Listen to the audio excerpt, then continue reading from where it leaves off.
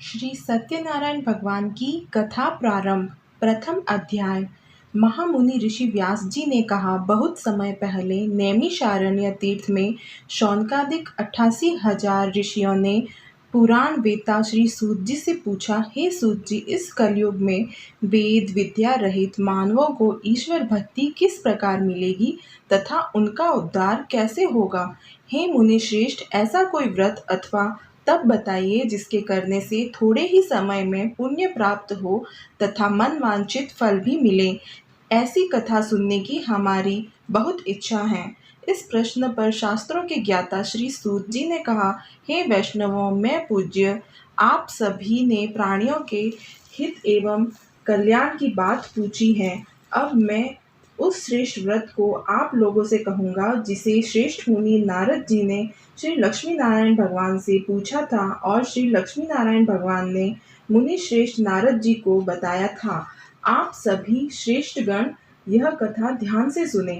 मुनिनाथ सुनो, यह सत्य कथा सब काल ही होए महासुखदायी, भवताप हरे और मनोरथ पूर्ण करे, सुख संपत्ति की अधिकाई, अति संकट में दुख दूर करे, सब ठोर कुठोर में होत सहाय, भगवान महात्म है, इसमें अपना कली में फल और जनाई।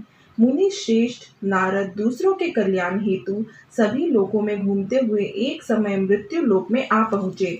यहाँ बहुत सी योनियों में जन्मे प्राय सभी मनुष्यों को अपने कर्मानुसार अनेक कष्टों से पीड़ित देखकर उन्होंने सोचा कि किस यत्न के करने से निश्चय ही प्राणियों के कष्टों का निवारण हो सकेगा। मन में ऐसा विचार कर श्री नारद विष्णु लोक गए। वहां श्वेत वर्ण और 4 भुजाओं वाले देवों के ईश नारायण, जिनके हाथों में चक्र, शंख, गदा और पद्म थे तथा वरमाला पहने हुए थे, को देखकर उनकी स्तुति करने लगे। नारद जी ने कहा, हे भगवान, आप अति शक्तिवान हैं। मन तथा वाणी भी आपको नहीं पा सकती।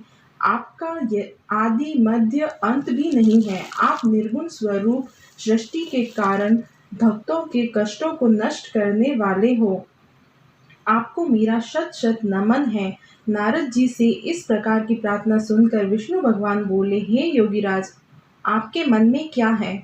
आपका किस कार्य हेतु यहाँ आना हुआ है? निसंकोच कहे। तब मुनि श्रेष्ठ नारद मुनि ने कहा, मृत्यु लोक में सब मनुष्य जो अनेक योनियों में पैदा हुए हैं, अपने अपने कर्मों द्वारा अनेक प्रकार के कष्टों के कारण दुखी हैं। हे स्वामी, यदि आप मुझ पर दया रखते हैं तो बताइए कि उन मनुष्यों के सब कष्ट थोड़े ही प्रयत्न से किस प्रकार दूर हो सकते हैं। श्री विष्णु भगवान ने कहा, हे नारद, मनुष्यों की भलाई हेतु तुमने यह बहुत उत्तम प्रश्न किया है। जिस व्रत के करने से मनुष्य मोह से छूट जाता है, वह व्रत मैं तुमसे कहता हूँ। सुनो, अति पुण्य दान करने वाला स्वर्ग तथा मृत्यु लोक दोनों में दुर्लभ एक अति उत्तम व्रत है जो आज मैं तुमसे कहता हूँ। श्री सत्यनारायण भगवान का यह व्रत विधि विधान पूर्वक संपन्न करने पर मनुष्य इस धरती पर सभी प्रकार के सुख भोग कर मरणोपरांत मोक्ष को प्राप्त करता है। भगवान के ऐसे वचन सुनकर नारद मुनि बोले, हे भगवान, उस व्रत का विधान क्या है, फल क्या है? इससे पहले किसने यह व्रत किया है और किस दिन यह व्रत करना चाहिए? कृपया कर मुझे विस्तार से समझाइए। श्री विष्णु भगवान ने कहा, हे नारद, दुख, शोक एवं सभी प्रकार की व्याधियों को दूर करने वाला यह व्रत सब स्थानों पर विजय दिलाने वाला है। श्रद्धा और भक्ति के साथ किसी भी दिन मनुष्य संध्या के समय श्री सत्यनारायण भगवान की ब्राह्मणों और बंधुओं के साथ पूजा करे। भक्ति भाव से केले का फल, नैवेद्य, घी, शहद, शक्कर अथवा गुड़, दूध और गेहूं का आटा सवाया लेवे। गेहूं के अभाव में साठी का चूर्ण भी ले सकते हैं। इन सभी को भक्ति भाव से भगवान श्री सत्यनारायण को अर्पण करें। बंधु बांधवों सहित ब्राह्मणों को भोजन कराएं। इसके पश्चात ही स्वयं भोजन करें। रात्रि में श्री सत्यनारायण भगवान के गीत आदि का आयोजन कर श्री सत्यनारायण भगवान का स्मरण करता हुआ समय व्यतीत करें। इस तरह जो मनुष्य व्रत करेंगे उनकी मनोकामनाएं अवश्य ही पूर्ण होगी।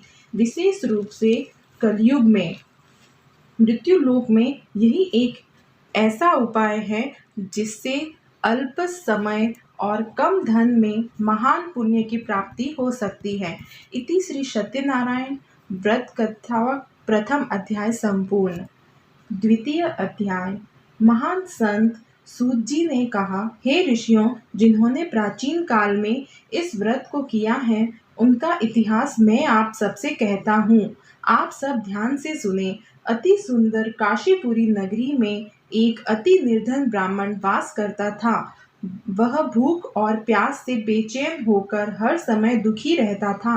ब्राह्मणों से प्रेम करने वाले श्री विष्णु भगवान ने उसको दुखी देखकर एक दिन बूढ़े ब्राह्मण का वेश धारण कर निर्धन ब्राह्मण के पास जाकर बड़े आदर से पूछा, हे ब्राह्मण, तुम हर समय ही दुखी होकर पृथ्वी पर क्यों घूमते हो?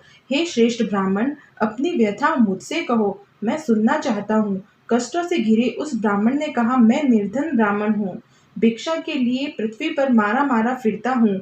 हे भगवान, यदि आप इससे मुक्ति पाने का कोई उपाय जानते हो तो कृपा कर मुझे बताएं।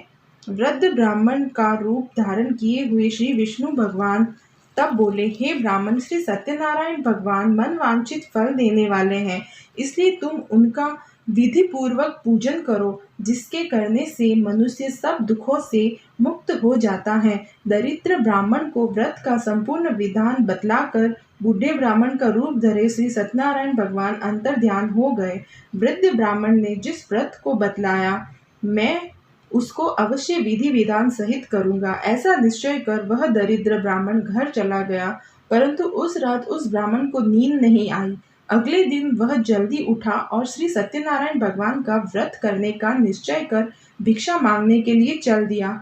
उस दिन उसको भिक्षा में अधिक धन मिला, जिससे उसने पूजा का सारा सामान खरीदा और घर आकर अपने बंधु बांधवों के साथ विधि पूर्वक भगवान श्री सत्यनारायण का व्रत किया। इसके करने से वह गरीब ब्राह्मण सब कष्टों से छूटकर अति धनवान हो गया। उस समय से वह ब्राह्मण हर मास व्रत करने लगा। सत्यनारायण भगवान के व्रत को जो शास्त्र विधि के अनुसार श्रद्धा पूर्वक करेगा, वह सब कष्टों से छूटकर मोक्ष प्राप्त करेगा। जो भी मनुष्य श्री सत्यनारायण भगवान का व्रत करेगा, वह सब कष्टों से छूट जाएगा। इस तरह नारद जी से श्री सत्यनारायण भगवान का कहा हुआ यह व्रत मैंने तुमसे कहा। हे श्रेष्ठ ब्राह्मणों, अब आप और क्या सुनना चाहते हो, मुझे कहें। तब ऋषियों ने कहा, हे मुनीश्वर, संसार में इस विप्र से सुनकर किस किस ने इस व्रत को किया, हम सब सुनना चाहते हैं। मुनियों से ऐसा सुनकर श्री सूत जी ने कहा, हे मुनिगण, जिस जिस प्राणी ने इस व्रत को किया है, उन सब की कथा सुनो। एक समय एक धनी ब्राह्मण बंधु बांधवों के साथ शास्त्र विधि के अनुसार अपने घर पर श्री सत्यनारायण भगवान का व्रत कर रहा था। उसी समय एक लकड़ी बेचने वाला बूढ़ा व्यक्ति वहां आया। उसने सिर पर रखा लकड़ियों का गट्ठर बाहर रख दिया और ब्राह्मण के मकान में चला गया। प्यास से बेचैन लकड़हारे ने विप्र को व्रत करते देखा। वह प्यास को भूल गया। उसने विप्र का अभिनंदन किया और पूछा, हे ब्राह्मण, आप यह किसका पूजन कर रहे हैं? इस व्रत को करने से क्या फल मिलता है? कृपा कर मुझे बताएं। तब उस ब्राह्मण ने कहा, सब इच्छाओं को पूर्ण करने वाला यह श्री सत्यनारायण भगवान का व्रत है। इन्हीं की कृपा से मेरे यहाँ धन एवं ऐश्वर्य का आगमन हुआ है। ब्राह्मण से इस व्रत के बारे में जानकर वह लकड़हारा अत्यंत प्रसन्न हुआ। भगवान का चरणामृत लेकर और भोजन करने के पश्चात वह अपने घर को चला गया और फिर अगले दिन लकड़हारे ने अपने मन में संकल्प किया कि आज गांव में लकड़ी बेचने से जो धन मिलेगा, उसी से भगवान सत्यनारायण का श्रेष्ठ व्रत करूंगा। मन में ऐसा विचार कर वह लकड़हारा लकड़ियों का गट्ठर अपने सिर पर रखकर जिस नगर में धनवान लोग रहते थे, ऐसे सुंदर नगर में गया। उस दिन उसे उन लकड़ियों का दाम पहले दिनों से चौगुना मिला। तब वह बुढ़ा लकड़हारा बहुत प्रसन्न होकर पके केले, शहद, शक्कर, घी, दही, दुग्ध और गेहूं का चूर्ण इत्यादि श्री सत्यनारायण भगवान के व्रत की सभी सामग्री लेकर अपने घर आया। फिर उसने अपने बंधु बांधवों को बुलाकर विधि विधान के अनुसार भगवान का पूजन एवं व्रत किया। उस व्रत के प्रभाव से वह बूढ़ा लकड़हारा धन धान्य से युक्त हुआ और संसार के समस्त सुख भोग कर बैकुंठ को चला गया। इति श्री सत्यनारायण कथा द्वितीय अध्याय संपूर्ण। तृतीय अध्याय। श्री सूत जी बोले, हे श्रेष्ठ मुनियों, अब मैं आगे की कथा कहता हूँ। प्राचीन काल में उल्कामुख नाम का एक महान ज्ञानी राजा था। वह जितेंद्रिय और सत्य वक्ता था। प्रतिदिन मंदिरों में जाता तथा गरीबों को धन देकर उनके दुखों को दूर करता था। उसकी पत्नी कमल के समान सुंदर मुखवाली और सती साध्वी थी। एक दिन भद्रशिला नदी के तट पर वे दोनों विधि विधान सहित श्री सत्यनारायण भगवान का व्रत कर रहे थे। उस समय वहां साधु नामक एक वैश्य आया। उसके पास आकर व्यापार के लिए बहुत सा धन था। वह वैश्य नाव को नदी किनारे पर ठहरा कर राजा के पास आया। राजा को व्रत करते हुए देखकर उसने विनम्रता पूर्वक पूछा, हे राजन, यह आप क्या कर रहे हैं? मेरी सुनने की इच्छा है, कृपया आप यह मुझे भी समझाइए। महाराजा उल्कामुख ने कहा, हे वैश्य, मैं अपने बंधु बांधवों के साथ पुत्र की प्राप्ति के लिए श्री सत्यनारायण भगवान का व्रत व पूजन कर रहा हूँ। राजा के वचन सुनकर साधु नामक वैश्य ने आदर से कहा, हे राजन, मुझे भी इसका संपूर्ण विधि विधान बताएं। मैं भी आपके कहे अनुसार इस व्रत को करूंगा। मेरे भी कोई संतान नहीं है। मुझे विश्वास है इस उत्तम व्रत को करने से अवश्य ही मुझे भी संतान होगी।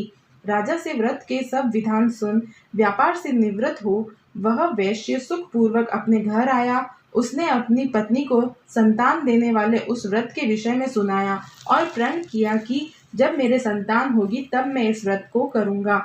वैश्य ने यह वचन अपनी पत्नी लीलावती से भी कहे। एक दिन उसकी पत्नी लीलावती श्री सत्यनारायण भगवान की कृपा से गर्भवती हो गई। 10वें महीने में उसने एक अति सुंदर कन्या को जन्म दिया। दिनों दिन वह कन्या इस तरह बढ़ने लगी जैसे शुक्ल पक्ष का चंद्रमा बढ़ता है। कन्या का नाम उन्होंने कलावती रखा। एक दिन लीलावती ने मीठे शब्दों में अपने पति को याद दिलाया कि आपने जो भगवान का व्रत करने का संकल्प किया था, अब आप उसे पूरा कीजिए। वैश्य ने कहा, हे प्रिय, मैं कलावती के विवाह पर इस व्रत को करूंगा। इस प्रकार अपनी पत्नी को आश्वासन दे वह व्यापार करने विदेश चला गया। कलावती पितृगृह में वृद्धि को प्राप्त हो गई। लौटने पर साधु ने जब नगर में सखियों के साथ अपनी वयस्क होती पुत्री को खेलते देखा तो उसे उसके विवाह की चिंता हुई। तब उसने दूत को बुलाकर कहा कि उसकी पुत्री के लिए कोई सुयोग्य वर देख कर लाए। दूत साधु नामक एक वैश्य की आज्ञा पाकर कंचन नगर पहुंचा और देखभाल कर वैश्य की कन्या के लिए एक सुयोग्य वणिक पुत्र ले आया। उस सुयोग्य लड़के के साथ साधु नामक वैश्य ने अपने बंधु बांधवों सहित प्रसन्नचित्त होकर अपनी पुत्री का विवाह कर दिया। दुर्भाग्य से वह विवाह के समय भी सत्यनारायण भगवान का व्रत करना भूल गया। इस पर श्री सत्यनारायण भगवान अत्यंत क्रोधित हो गए। उन्होंने वैश्य को श्राप दिया कि तुम्हें दारुण दुख प्राप्त होगा। और फिर अपने कार्य में कुशल वह वैश्य अपने दामाद सहित नावों का बेड़ा लेकर व्यापार करने के लिए सागर के समीप स्थित रत्नसारपुर नगर में गया। रत्नसारपुर पर चंद्रकेतु नामक राजा राज करता था। दोनों ससुर जमाई चंद्रकेतु राजा के उस नगर में व्यापार करने लगे। एक दिन भगवान सत्यनारायण की माया से प्रेरित होकर एक चोर राजा चंद्रकेतु का धन चुरा कर भाग रहा था। राजा के दूतों को अपने पीछे तेजी से आते देखकर चोर ने घबरा कर राजा के धन को उस वैश्य की नाव में चुपचाप रख दिया जहां वे ससुर जमाई ठहरे हुए थे और भाग गया। जब राजदूतों ने उस वैश्य के पास राजा का धन को रखा देखा तो उन्होंने उन ससुर दामाद को ही चोर समझा। वे उन ससुर दामाद दोनों को बांध कर ले गए और राजा के समीप जाकर बोले, आपका धन चुराने वाले ये दो चोर हम पकड़ कर लाए हैं, देखकर आज्ञा दें। तब राजा ने बिना उस वैश्य की बात सुने उन्हें कारागार में डालने की आज्ञा दे दी। इस प्रकार राजा की आज्ञा से उनको कारावास में डाल दिया गया तथा उनका सारा धन भी छीन लिया गया। सत्यनारायण भगवान के श्राप के कारण उस वैश्य की पत्नी लीलावती व पुत्री कलावती भी घर पर बहुत दुखी हुई। उनका सारा धन चोर चुरा कर ले गए। मानसिक व शारीरिक पीड़ा तथा भूख प्यास से अति दुखी हो भोजन की आस में कलावती एक ब्राह्मण के घर गई। उसने ब्राह्मण को श्री सत्यनारायण भगवान का व्रत विधि पूर्वक करते देखा। उसने कथा सुनी तथा श्रद्धा पूर्वक प्रसाद ग्रहण कर रात को घर आई। माता ने कलावती से पूछा, हे पुत्री, तू अब तक कहाँ थी? मैं तेरे लिए बहुत चिंतित थी। माता के शब्द सुन कलावती बोली, हे माता, मैंने एक ब्राह्मण के घर श्री सत्यनारायण भगवान का व्रत होते देखा है और मेरी भी उस उत्तम व्रत को करने की इच्छा है। माता ने कन्या के वचन सुनकर सत्यनारायण भगवान के पूजन की तैयारी की। उसने बंधुओं सहित श्री सत्यनारायण भगवान का पूजन व व्रत किया और वर मांगा कि मेरे पति और दामाद शीघ्र ही घर लौट आए। साथ ही विनती की कि हे प्रभु, अगर हमसे कोई भूल हो गई हो तो हम सबका अपराध क्षमा करो। श्री सत्यनारायण भगवान इस व्रत से प्रसन्न हो गए। उन्होंने राजा चंद्रकेतु को स्वप्न में दर्शन देकर कहा, हे राजन, जिन दो वैश्यों को तुमने बंदी बनाकर रखा है वे निर्दोष हैं। उन्हें प्रातः ही छोड़ दो। उनका सब धन जो तुमने अधिग्रहित किया है लौटा दो, अन्यथा मैं तुम्हारा राज्य, धन, पुत्रादि सब नष्ट कर दूंगा। राजा से ऐसे वचन कहकर भगवान अंतर्ध्यान हो गए। और फिर प्रातः काल राजा चंद्रकेतु ने दरबार में सबको अपना स्वप्न सुनाया और सैनिकों को आज्ञा दी कि वे दोनों वैश्यों को कैद से मुक्त कर दरबार में ले आए। दोनों ने आते ही राजा को प्रणाम किया। राजा ने कोमल वचनों में कहा, हे महानुभावों, तुम्हें अज्ञानतावश ऐसा कठिन दुख प्राप्त हुआ है। अब तुम्हें कोई भय नहीं है, तुम मुक्त हो। ऐसा कहकर राजा ने उनको नए नए वस्त्राभूषण पहनवाए तथा उनका जितना धन लिया था उससे दुगना लौटाकर आदर से विदा किया। दोनों वैश्य अपने घर को चल दिए। इति श्री सत्यनारायण व्रत कथा तृतीय अध्याय संपूर्ण। चतुर्थ अध्याय। सूत जी ने आगे कहा, वैश्य ने यात्रा आरंभ की और अपने नगर की ओर चला। उनके थोड़ी दूर आगे बढ़ने पर दंडी वेशधारी श्री सत्यनारायण भगवान ने उनकी परीक्षा लेने हेतु उससे पूछा, है वैश्य, तुम्हारी नाव में क्या है? अभिमानी वाणी हंसता हुआ बोला, हे दंडी, आप ऐसा क्यों पूछते हो? क्या धन लेने की कामना है? मेरी नाव में तो बैल और पत्ते भरे हैं। वैश्य के ऐसे वचन सुनकर दंडी वेशधारी श्री सत्यनारायण भगवान बोले, तुम्हारा वचन सत्य हो। ऐसा कहकर वे वहां से चले गए और कुछ दूर जाकर समुद्र के तट पर बैठ गए। दंडी महाराज के जाने के पश्चात वैश्य ने नित्य क्रिया से निवृत्त होने के बाद नाव को ऊंची उठी देख कर अचंभा किया तथा नाव में बैल पत्ते आदि देखकर मूर्छित हो जमीन पर गिर पड़ा। मूर्छा खुलने पर अति शोक करने लगा। तब उसके दामाद ने कहा, आप शोक न करें, यह दंडी महाराज का श्राप है, अतः हमें उनकी शरण में ही चलना चाहिए, वही हमारे दुखों का अंत करेंगे। दामाद के वचन सुनकर वह वैश्य दंडी भगवान के पास पहुंचा और अत्यंत भक्ति भाव से पश्चाताप करते हुए बोला, मैंने जो आपसे असत्य वचन कहे थे उनके लिए मुझे क्षमा करे। ऐसा कहकर वह शोकातुर हो रोने लगा। तब दंडी भगवान बोले, हे वणिक पुत्र, मेरी आज्ञा से ही बार बार तुझे कष्ट प्राप्त हुआ है, तू मेरी पूजा से विमुख हुआ है। तब उस वैश्य ने कहा, हे भगवान, आपकी माया को ब्रह्मा आदि देवता भी नहीं जान पाते, तब मैं मूर्ख भला कैसे जान सकता हूँ? आप प्रसन्न होइए, मैं अपनी क्षमता अनुसार आपकी पूजा करूँगा। मेरी रक्षा कीजिए और मेरी नौका को पहले के समान धन से परिपूर्ण कर दीजिए। उसके भक्ति से परिपूर्ण वचन सुनकर श्री सत्यनारायण भगवान प्रसन्न हो गए और उसकी इच्छा अनुसार वर देकर अंतर्ध्यान हो गए।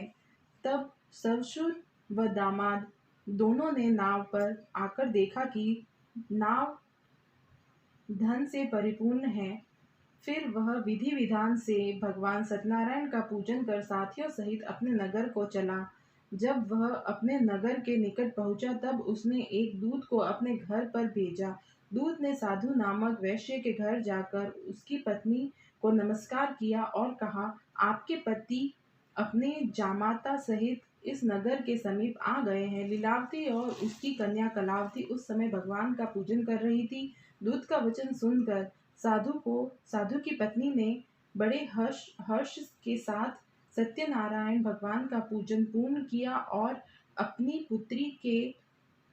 पुत्री से कहा, मैं अपने पति के दर्शन को जाती हूँ, तू पूजन पूर्ण कर शीघ्र आ जाना। परंतु कलावती पूजन एवं प्रसाद छोड़कर अपने पति के दर्शन के लिए चली गई। पूजन एवं प्रसाद की अवज्ञा के कारण भगवान सत्यनारायण ने रुष्ट हो उसके पति को नाव सहित पानी में डुबो दिया। कलावती अपने पति को न पाकर रोती हुई जमीन पर गिर पड़ी। नौका को डूबा हुआ तथा कन्या को रोती देख साधु नामक वैश्य द्रवित हो बोला, हे प्रभु, मुझसे या मेरे परिवार से अज्ञानतावश जो अपराध हुआ है उसे क्षमा करें। उसके ऐसे वचन सुनकर सत्यदेव भगवान प्रसन्न हो गए। आकाशवाणी हुई, हे वैश्य, तेरी पुत्री मेरा प्रसाद छोड़कर आई है, इसलिए इसका पति अदृश्य हुआ है। यदि वह घर जाकर प्रसाद ग्रहण कर लौटे तो इसे इसका पति अवश्य मिलेगा। आकाशवाणी सुनकर कलावती ने घर पहुंचकर प्रसाद ग्रहण किया और फिर आकर अपने पति को पूर्ण रूप में पाकर वह अति प्रसन्न हुई तथा अपने पति के दर्शन किए। तत्पश्चात साधु वैश्य ने वही बंधु बांधवों सहित सत्यदेव का विधि पूर्वक पूजन किया। वह इस लोक के सभी प्रकार के सुख भोग कर अंत में मोक्ष को प्राप्त हुए। इति श्री सत्यनारायण व्रत कथा चतुर्थ अध्याय संपूर्ण। पंचम अध्याय। श्री सूत जी बोले, हे ऋषिगण, मैं एक और कथा कहता हूँ, आप सभी ध्यान से सुनो। सदा प्रजा के लिए चिंतित तुंगध्वज नाम का एक राजा था। उसने भगवान सत्यनारायण का प्रसाद त्याग कर बहुत कष्ट पाया। एक समय राजा वन में वन्य पशुओं को मारकर बड़ के वृक्ष के नीचे आया। वहां उसने ग्वालों को भक्ति भाव से बंधु बांधवों सहित श्री सत्यनारायण जी का पूजन करते देखा, परंतु राजा देखकर भी अभिमान के कारण न तो वहां गया और न ही सत्यदेव भगवान को नमस्कार ही किया। जब ग्वालों ने भगवान का प्रसाद उनके सामने रखा तो वह प्रसाद छोड़कर अपने नगर को चला गया। नगर में पहुंचकर उसने देखा कि उसका सारा राज्य नष्ट हो गया है। वह समझ गया कि वह सब भगवान सत्यदेव ने रुष्ट होकर किया है। तब वह वन में वापस आया और ग्वालों के समीप जाकर विधि पूर्वक पूजन का प्रसाद ग्रहण किया तो सत्यनारायण की कृपा से सब कुछ पहले जैसा ही हो गया और लंबे समय तक सुख भोग कर मरणोपरांत वह मोक्ष को प्राप्त हुआ। जो मानव इस श्रेष्ठ दुर्लभ व्रत को करेगा, श्री सत्यनारायण भगवान की कृपा से उसे धन धान्य की कोई कमी नहीं होगी। निर्धन धनी और बंदी बंधनों से मुक्त होकर निर्भय हो जाता है। संतानहीन को संतान प्राप्त होती है तथा सब इच्छाएं पूर्ण कर अंत में बैकुंठ धाम को जाता है। अब उनके बारे में भी जानिए जिन्होंने पहले इस व्रत को किया। अब उनके दूसरे जन्म की कथा भी सुनिए। शतानंद नामक वृद्ध ब्राह्मण ने सुदामा के रूप में जन्म लेकर श्री कृष्ण की भक्ति एवं सेवा कर बैकुंठ प्राप्त किया। उल्कामुख नामक महाराज राजा दशरथ बने और श्री रंगनाथ का पूजन कर मोक्ष को प्राप्त हुए। साधु नाम का वैश्य ने धर्मात्मा व सत्य प्रतिज्ञ राजा मोरध्वज बनकर अपने पुत्र को आरे से चीर कर बैकुंठ धाम प्राप्त किया। महाराज तुंगध्वज स्वयंभू मनु बने। उन्होंने बहुत से लोगों को भगवान की भक्ति में लीन कराकर बैकुंठ धाम को प्राप्त किया। लकड़हारा अगले जन्म में गुह नामक निषाद राजा बना, जिसने राम के चरणों की सेवा कर अपने सभी जन्मों को संवार लिया। इति श्री सत्यनारायण व्रत कथा पंचम अध्याय संपूर्ण। जय श्री सत्यनारायण भगवान की।